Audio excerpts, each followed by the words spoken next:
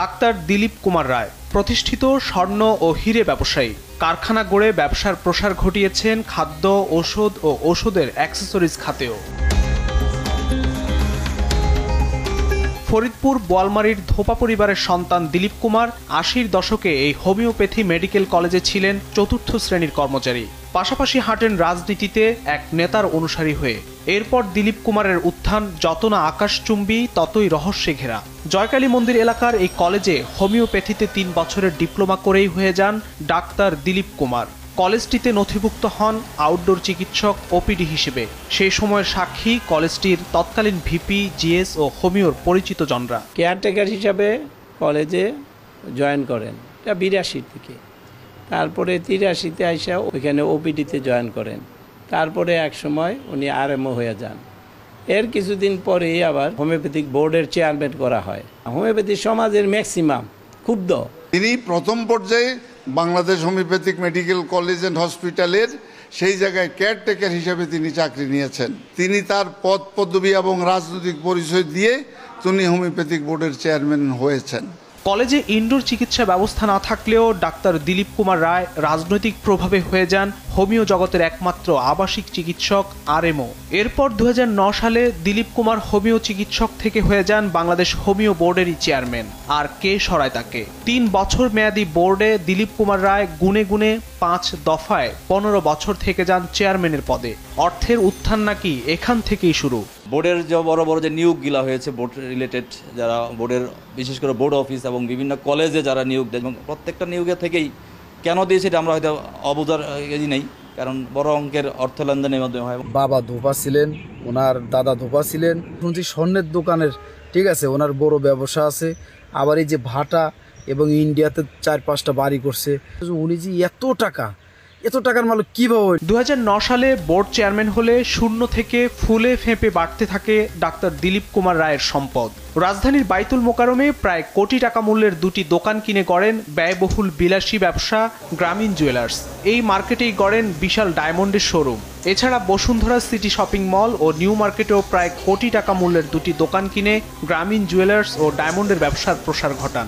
এইসব দোকানের প্রতিটিতেই নাকি রয়েছে 20 কোটি টাকার বেশি স্বর্ণ ও ডায়মন্ডের মজুদ। রাজধানীর মাতুয়েলে দিলীপ রায় প্রথম ব্যবসা হিসেবে প্রতিষ্ঠা করেন গ্রামীণ ফুডের এই বিশাল কারখানা। পরে মতিঝিল, বাইতুল মোকাররম ও সদরঘাট সহ রাজধানীতে 4টি দোকান কিনে করেন গ্রামীণ ফুডের শোরুম। ছাপোষা হোমিও ডাক্তার থেকে দিলীপ কুমার রায় এখন ইট ভাটা ব্যবসায়ীও। নিজ এলাকা ফরিদপুর বোয়ালমারী ৮৭ এলাকা আছে গোল্ডেন ব্রিক্স নামে একটি অটো ব্রিক্স কারখানা ও সাধারণ ইট ভাটা। ১৩ সেগুন বাগিচার রূপায়ণ লোটাস টাওয়ারে রয়েছে তার 2টি ফ্ল্যাট। শান্তিনগরের স্কাই ভিউ পার্ক সিটি টাওয়ারে মেয়ের নামে কেনেন আরও একটি ফ্ল্যাট।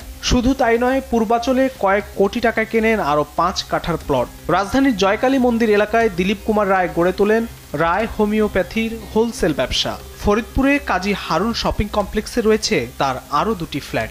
এছাড়া নামে বেনামে রয়েছে তার বেশ কয়েকটি বিলাসবহুল গাড়ি। ধরেন আমার সেই স্বর্ণের ব্যবসা 2 জন ইউরোপিয়ান নিয়ে চলে গেছে, কানাডায় থাকে, ওই মধ্যম গ্রাম আর কি, ওইখানে বাইটাই করছে। এতেই ক্ষান্ত নন দিলীপ কুমার রায়। হোমিও বোর্ডের চেয়ারম্যান হয়েই নিজ এলাকা ফরিদপুরের বোয়ালমারীতে গড়েন ডাক্তার দিলীপ কুমার রায় হোমিও মেডিকেল কলেজ। বোর্ড চেয়ারম্যানের ক্ষমতার অপব্যবহার করে ডাক্তার দিলীপ তার কলেজের নামে নেন 4 দফায় 1 কোটি টাকার বেশি অনুদান, যেখানে সারা দেশে হোমিও কলেজগুলো অর্থাভাবে জর্জরিত।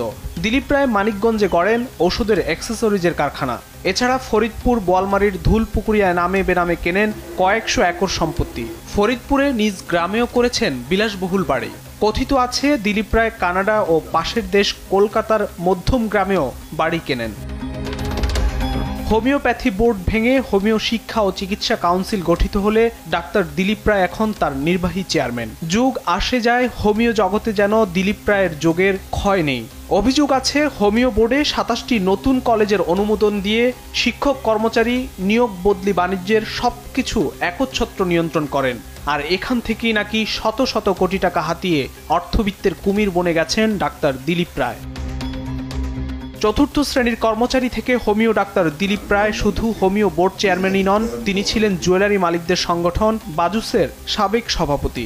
ক্ষমতাসীন দল আওয়ামী লীগের ঢাকা মহানগর দক্ষিণের সহসভাপতি, একই সঙ্গে বাইতুল মোকাররম দোকান মালিক সমিতির সাধারণ সম্পাদক, সব দিকে সমানতালে আধিপত্য বিস্তারে পারদর্শী দিলীপ রায়ের এত সব বিত্ত বৈভব আর অনিয়মের রসদ নাকি তার রাজনৈতিক প্রভাব। এত সব অভিযোগের বিষয় জানতে গেলে ডাক্তার দিলীপ রায় কিছুটা স্বীকারও করে নেন।